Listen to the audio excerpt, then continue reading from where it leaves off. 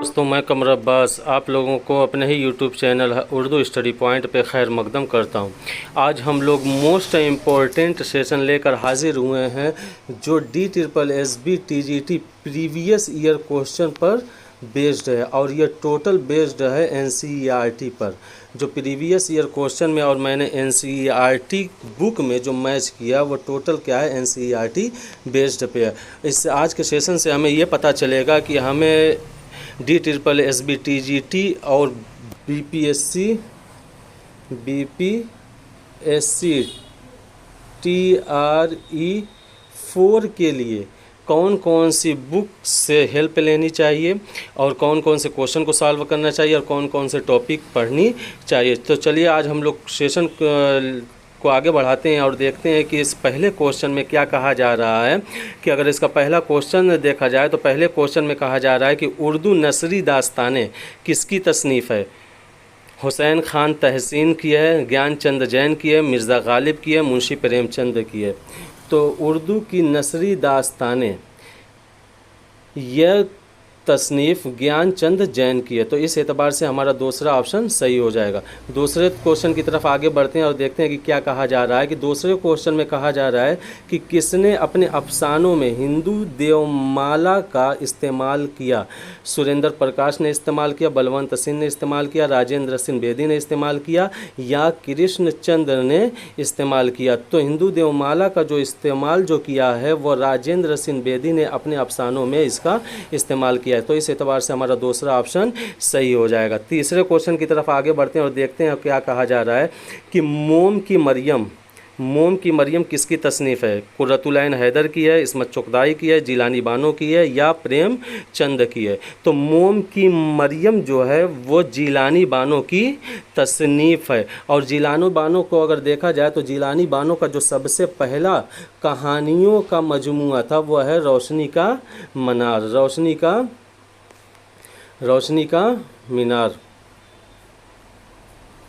का मीनार। और इनकी पहली गज़ल जो देखा है वो है ईवाने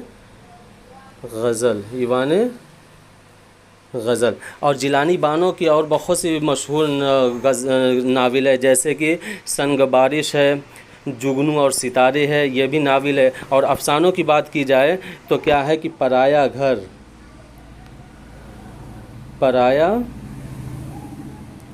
घर ये जिलानी बानो का अफसाना है। फिर रात के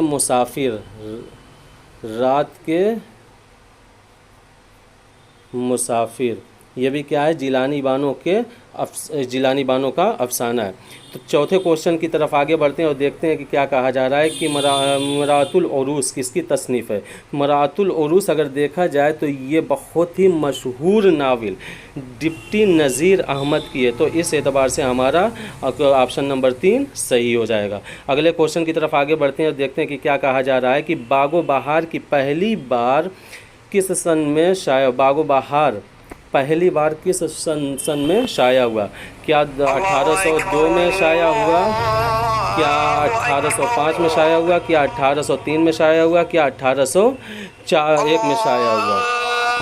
तो अगर देखा जाए तो बागो बहार जो शाया हुआ है वह 1803 में शाया हुआ है। बागो बहार फोर्ट विलियम कॉलेज की सबसे मशहूर किताब में शुमार किया जाता है। और फोर्ट विलियम कॉलेज में जो बागो बहार मीर अमन के ज़रिए लिखी गई, इसी बागो बहार के एवज़ में मीर अमन को 500 रुपये का इनाम दिया गया था। अगले क्वेश्चन की तरफ आगे बढ़ते हैं, देखते हैं क्या कहा जा रहा है। कि उर्दू किस ज़बान का लफ्ज़ है। क्या उर्दू तुर्की है, क्या फ़ारसी है, क्या अरबी है, क्या हिंदी है। तो उर्दू देखा जाए तो ये एक तुर्की ज़बान का लफ्ज़ है। और उर्दू के जो माने हैं वो क्या है, वो लश्कर के हैं। किसके माने हैं, लश्कर और फ़ौज के हैं उर्दू के माने।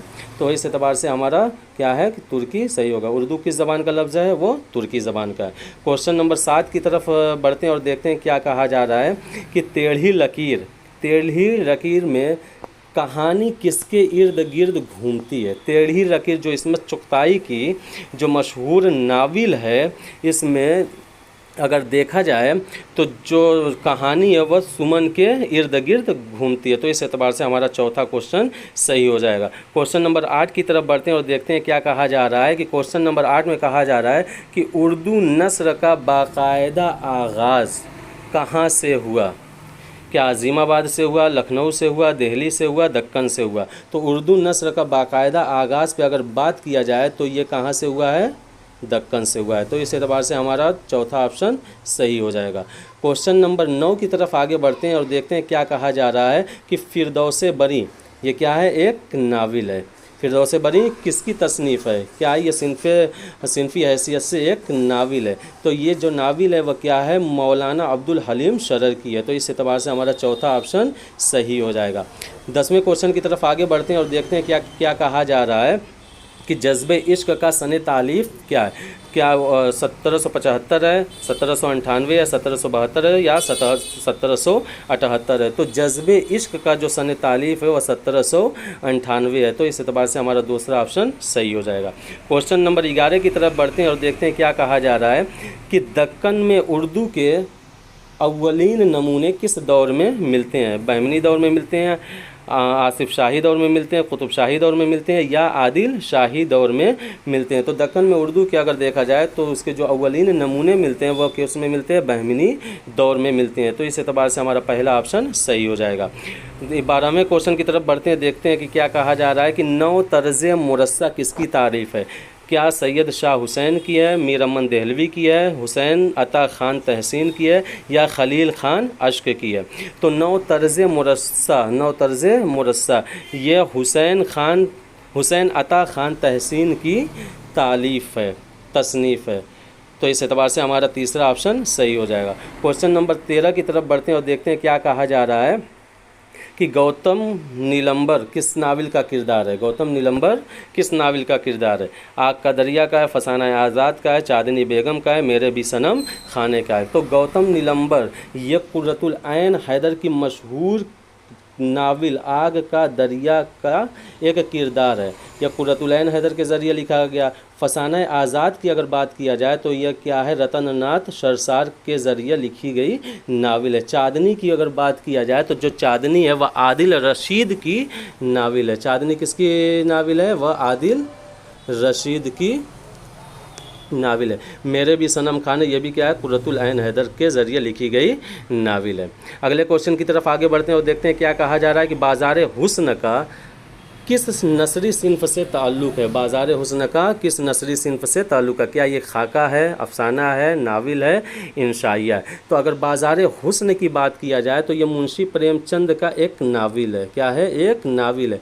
और तो इस एतबार से हमारा ऑप्शन नंबर 3 सही हो जाएगा। और बाज़ार हुस्न से मुतअल्लिक़ जो मुंशी प्रेमचंद ने इसको 1919 में पहले यानी बाज़ार हुस्न के नाम से शाया होने से पहले इस बाज़ार हुस्न को हिंदी में सेवा सदन के नाम से इसको शाया किया गया था। फिर बाद में मुंशी प्रेमचंद ने इस सेवा सदन का उर्दू मुसव्वदा तैयार करके उसको बाज़ार हुस्न के नाम से शाया किया। तो ये क्या है, एक नाविल है। तो इस एतबार से हमारा तीसरा ऑप्शन सही हो जाएगा। क्वेश्चन नंबर 15 की तरफ आगे बढ़ते हैं और देखते हैं कि क्या कहा जा रहा है। कि आग का दरिया नाविल के आगाज़ में किस शायर की नज़्म का टुकड़ा दर्ज है। क्या टी.एस. एलिट का है, डांटे का है, अल्लामा इकबाल का है, मिर्ज़ा गालिब का है। तो आग का दरिया जो कुर्रतुल ऐन हैदर की मशहूर नाविल है, इसकी जो शुरुआत होती है वह टी.एस. एलिट के एक शेर के मिसरे से होती है। तो इस एतबार से हमारा पहला ऑप्शन सही हो जाएगा। क्वेश्चन नंबर 16 की तरफ बढ़ते हैं और देखते हैं कि क्या कहा जा रहा है। कि नसीरुद्दीन हाशमी की किताब का नाम क्या है। दक्कनी उर्दू, दक्कनी अदब की तारीख़, उर्दू दक्कन में या दक्कन में उर्दू। तो इसमें नसीरुद्दीन हाशमी की अगर जो किताब देखा जाए तो वह क्या है, दक्कन में उर्दू। क्यों? क्योंकि नसीरुद्दीन हाशमी ने जो उर्दू के इर्तिक़ा के मुतालिक अपने नज़रियात पेश किए हैं, तो इनके नज़रियात के मुताबिक इस दक्कन में उर्दू तसनीफ़ में कहा था कि उर्दू जो पैदा हुई है, इसकी नशोनुमा हुई है, वह कहाँ पे हुई है? दक्कन में हुई है। तो इस एतबार से हमारा चौथा ऑप्शन सही हो जाएगा। क्वेश्चन नंबर 17 की तरफ बढ़ते हैं और देखते हैं कि क्या कहा जा रहा है कि फोर्ट विलियम कॉलेज कहाँ वाक़ है? लखनऊ में है, अहमदाबाद में है, कलकत्ता में है या दिल्ली में है? तो फोर्ट विलियम कॉलेज जिसका क़याम 1800 ईस्वी में हुआ था और इसको बंद कर दिया गया था 1854 ईस्वी में, इसका क़याम जो है वह कलकत्ता में है। तो इस एतबार से हमारा तो ऑप्शन नंबर 3 सही हो जाएगा। क्वेश्चन नंबर 18 की तरफ बढ़ते हैं और देखते हैं कि क्या कहा जा रहा है कि अली नामा में किस दौर के बादशाह के वाक़यात बयान किए गए हैं? अली नामा जो कि एक मसनवी है, क्या है? मसनवी। और कौन सी मसनवी है? रमज़िया।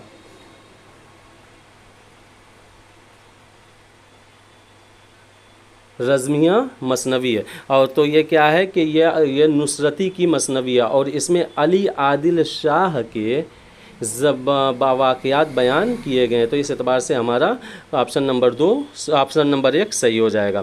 क्वेश्चन नंबर 19 की तरफ बढ़ते हैं और देखते हैं कि क्या कहा जा रहा है कि रेख्ता किस ज़बान को कहा जाता था? क्या फ़ारसी को कहा जाता था, अरबी को कहा जाता था, संस्कृत को कहा जाता था या उर्दू को कहा जाता था? तो रेख्ता की अगर बात किया जाए तो ये उर्दू का पुराना नाम है। किसका? उर्दू का पुराना नाम है और इसी उर्दू को उर्दू मुअल्ला के नाम से भी जाना जाता था। तो ये रेख्ता जो इस्तेमाल होता था वो उर्दू के लिए इस्तेमाल होता था। तो इस एतबार से हमारा चौथा क्वेश्चन सही हो जाएगा। क्वेश्चन नंबर 20 की तरफ बढ़ते हैं और देखते हैं कि क्या कहा जा रहा है कि किस नसरी सिन्फ को ज़हन का आज़ाद तरंग कहा गया है? इंशाइये को, अफसाने को या खाके को या नावल को? तो ज़हन का आज़ाद तरंग जो कहा जाता है वो किसको कहा जाता है? वह इंशाइया को कहा जाता है। तो इस एतबार से हमारा पहला क्वेश्चन सही हो जाएगा। क्वेश्चन नंबर 21 की तरफ आगे बढ़ते हैं और देखते हैं कि क्या कहा जा रहा है कि किताब खाना जंगी का ताल्लुक़ किस नसरी सिन्फ से है? इंशाइये से है, अफसाना से है, नावल से है या ड्रामा से है? तो किताब खाना जंगी का ताल्लुक़ अगर देखा जाए तो ये मोहम्मद मुजीब के ज़रिए लिखा हुआ एक ड्रामा है। तो इस एतबार से हमारा चौथा ऑप्शन सही हो जाएगा। क्वेश्चन नंबर 22 की तरफ बढ़ते हैं और देखते हैं कि क्या कहा जा रहा है कि इब्न नशाती किस दौर के शायर हैं? क्या आदिल शाही दौर के हैं, आसिफ शाही दौर के हैं या बहमनी दौर के हैं या कुतुब शाही दौर के हैं? तो इब्न नशाती अगर देखा जाए तो ये कुतुब शाही दौर के हैं। तो इस एतबार से हमारा चौथा क्वेश्चन ऑप्शन सही हो जाएगा। क्वेश्चन नंबर 21 की तरफ बढ़ते हैं 23 की तरफ बढ़ते हैं और देखते हैं कि क्या कहा जा रहा है कि तारीख़ अफ़गानिस्तान किसकी तसनीफ़ है? क्या सैयद फ़िदा हुसैन की है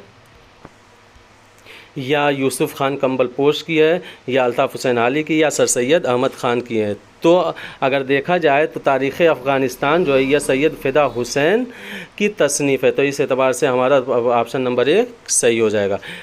क्वेश्चन नंबर 24 की तरफ बढ़ते हैं। इसमें देखते हैं कि क्या कहा जा रहा है कि सफ़रनामा रूम व मिस्र शाम किसका सफ़र है? क्या मोहम्मद हुसैन आज़ाद का है, गोपीनाथ का या सर सैयद अहमद ख़ान का है या शिबली नोमानी का है? तो अगर बात किया जाए कि सफ़रनामा रूम व मिस्र शाम की, तो यह सफ़रनामा किसका है? शिबली नोमानी का है। तो इस एतबार से क्या है कि शिबली नोमानी यानी चौथा ऑप्शन सही हो जाएगा। क्वेश्चन नंबर 25 की तरफ बढ़ते हैं और देखते हैं कि क्या कहा जा रहा है कि ड्रामा अनारकली की पहली अशात कब हुई? क्या 1931 में हुई, 1938 में हुई या 1940 में हुई या 1931 में हुई? तो ड्रामा अनारकली जो कि इम्तियाज़ अली ताज के ज़रिए लिखा हुआ ड्रामा है, मशहूर ड्रामा जिस पर मुग़ल आज़म फ़िल्म भी बन चुकी है, इसकी पहली अशात क्या है कि वह 1931 में हुई थी। तो इस एतबार से हमारा चौथा ऑप्शन सही हो जाएगा। क्वेश्चन नंबर 26 में देखते हैं कि क्या कहा जा रहा है कि मौलाना उबैदुल्ला सिंधी का सफ़रनामा काबुल में 7 बरस किस सन में शाया हुआ? क्या 1925 में शाया हुआ, 1920 में शाया हुआ, 1922 में हुआ या 1921 में हुआ? तो मौलाना उबैदुल्ला सिंधी का जो सफ़रनामा है काबुल में 7 बरस, यह 1921 में शाया हुआ। तो इस एतबार से हमारा चौथा ऑप्शन सही हो जाएगा।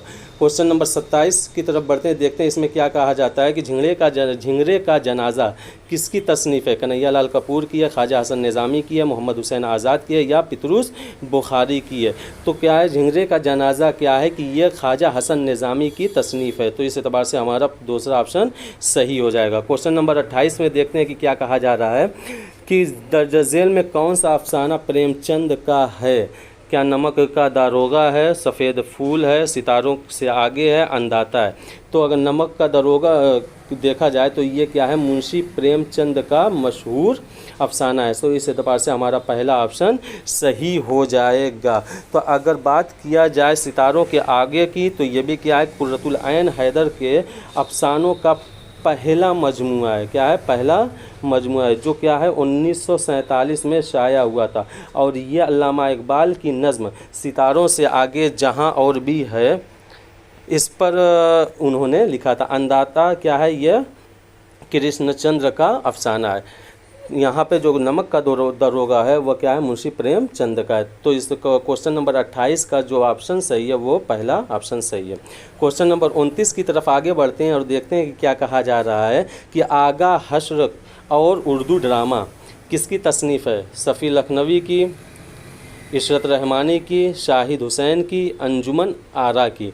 तो आगा हश्र और उर्दू ड्रामा जो तसनीफ़ है वह अंजुमन आरा की तसनीफ़ है। तो यहाँ पे चौथा ऑप्शन सही हो जाएगा।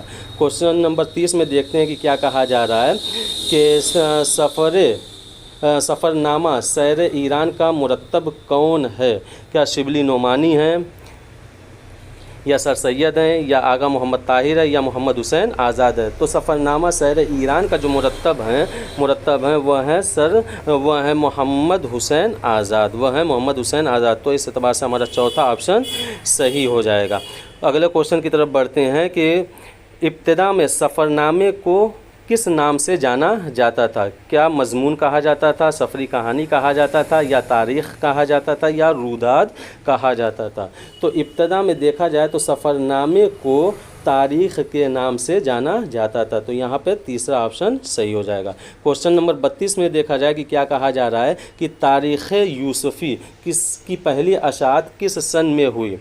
क्या 1847 में हुई, 1850 में हुई, 1860 में हुई, या 1801 में हुई? तो तारीख़ यूसुफ़ी यूसुफ़ खान कंबलपोश के ज़रिए लिखा हुआ पहला सफ़रनामा जिसको पहले सफ़रनामे का होने का दर्जा भी हासिल है। इसकी जो ये अजायबात फ़रंग के नाम से मशहूर है। किसके नाम से? अजायबात फ़रंग के नाम से मशहूर है। कौन? तारीख़ यूसुफ़ी। तो इसकी जो पहली अशात हुई थी वह क्या है, 1847 ईस्वी में हुई थी। तो इस एतबार से हमारा पहला ऑप्शन सही हो जाएगा। क्वेश्चन नंबर 33 की तरफ बढ़ते हैं और देखते हैं कि क्या कहा जा रहा है कि ड्रामा मीठी छुरी किसकी तसनीफ़ है? यह क्या आगा हश्र काश्मीरी की है, या अमानत लखनवी की है, इम्तियाज़ अली ताज की है, या एहसन लखनवी की है? तो ड्रामा जो मीठी छुरी है उसके जो तख्लीक़कार हैं वह आगा हश्र काश्मीरी हैं। तो यहाँ पे पहला ऑप्शन सही हो जाएगा। क्वेश्चन नंबर 34 में देखा जाए कि क्या कहा जा रहा है कि नुसरती का पूरा नाम क्या है? क्या कुतुब शाह नुसरती, वली नुसरती, मोहम्मद नुसरती, या अहमद ख़ान नुसरती?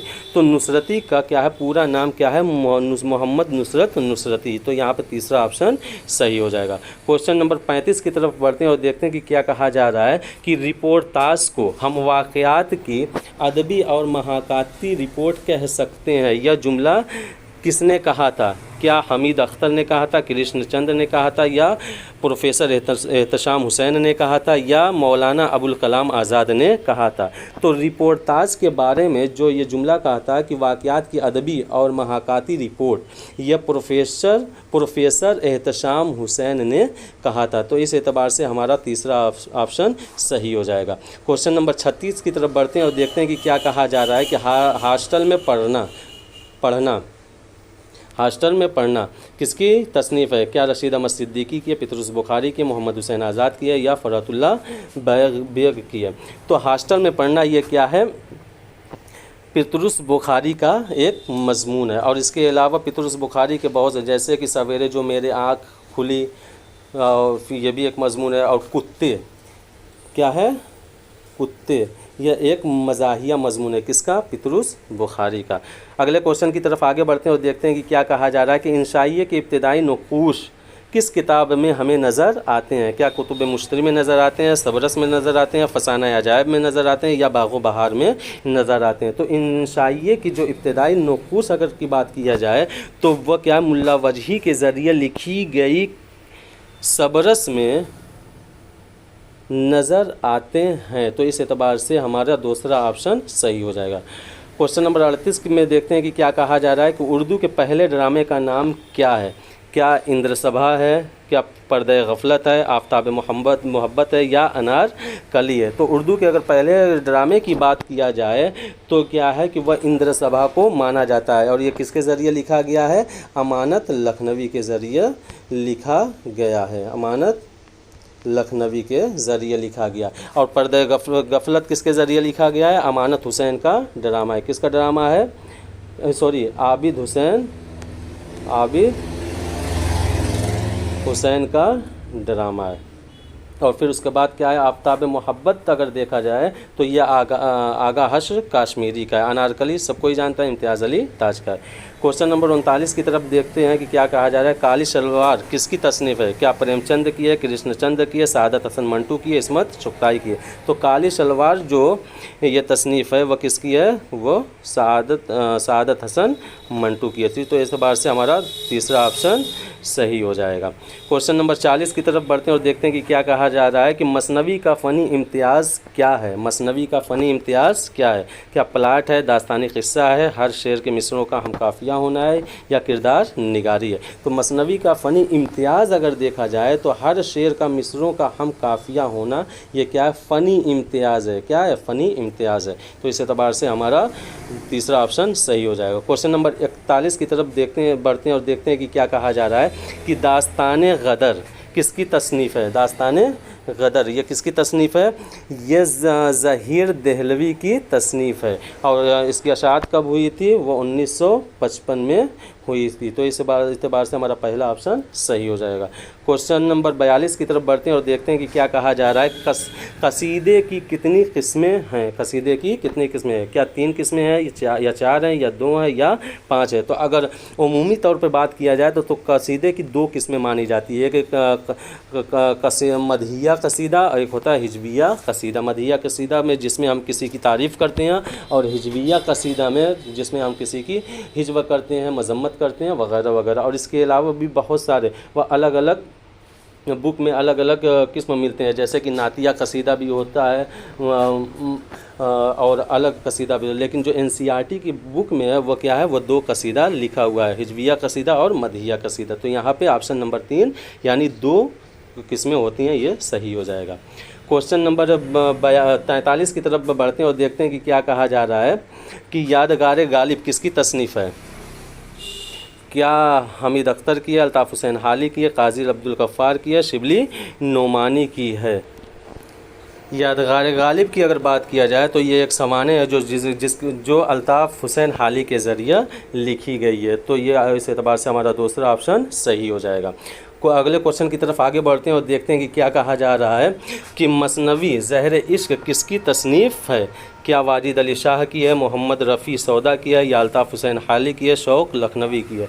तो ज़हर इश्क ये शौक़ लखनवी की मसनवी है। तो इस एतबार से चौथा ऑप्शन सही हो जाएगा। क्वेश्चन नंबर 45 की तरफ बढ़ते हैं और देखते हैं कि क्या कहा जा रहा है कि सिलसिला रोज़ो शब किसकी खुद नविश्त है? सिलसिला रोज़ो शब किसकी खुद नविश्त है? क्या वाजिद अली शाह की है, ज़हीर दहलवी की है, जमीला हाशमी की है, या सालिहा आबिद हुसैन की है? तो सिलसिला रोज़ो शब ये जो है ये सालिहा आबिद हुसैन की तसनीफ़ है। तो इस एतबार से हमारा ऑप्शन नंबर 4 सही हो जाएगा। अगले क्वेश्चन की तरफ आगे बढ़ते हैं कि किस ज़बान से कसीदा उर्दू में आया? क्या हिंदी से आया है, अरबी से आया, फ़ारसी से आया, या यूनानी से आया? अगर कसीदे की बात किया जाए तो कसीदा क्या है? ईजाद हुआ है अरब में, लेकिन अरब से आया है फ़ारसी में, और फ़ारसी से उर्दू में आया है। तो क्या है कि यहाँ पे पूछा है कि उर्दू में आया किस ज़बान से? तो क्या है? ऑप्शन नंबर 3 यानी फ़ारसी से यहाँ पे उर्दू में आया है। और फ़ारसी में कहाँ से आया है? वो अरबी से आया है। अगले क्वेश्चन की तरफ आगे बढ़ते हैं और देखते हैं कि क्या क्या कहा जा रहा है कि ख्वाजा हसन निज़ामी की आप बीती किस सन में शाया हुई? क्या 1922 में शाया हुई, या 1990 में शाया हुई, या 1919 में शाया हुई, या 1920 में शाया हुई? तो अगर बात किया जाए ख्वाजा हसन निज़ामी की आप बीती के ऊपर, तो ये क्या है कि 1919 में शाया हुई थी। अगले क्वेश्चन की तरफ आगे बढ़ते हैं और देखते हैं कि क्या कहा जा रहा है कि तूती नामा किसकी मसनवी कहाँ लिखी गई? दिल्ली में लिखी गई, गोलकुंडा में लिखी गई, या लखनऊ में लिखी गई, या बीजापुर में लिखी गई? तो तूती नामा ये जो मसनवी है, ये गवासी की मसनवी है, गवासी भी कहते हैं और गवासी भी कहते हैं। ये गोलकुंडा में लिखी गई और ये किसकी मसनवी है? गवासी की मसनवी है, जो कि गोलकुंडा में लिखी गई। क्वेश्चन नंबर 49 की तरफ आगे बढ़ते हैं और देखते हैं कि क्या कहा जा रहा है कि उर्दू में सवाने निगारी की बुनियाद किसने रखी?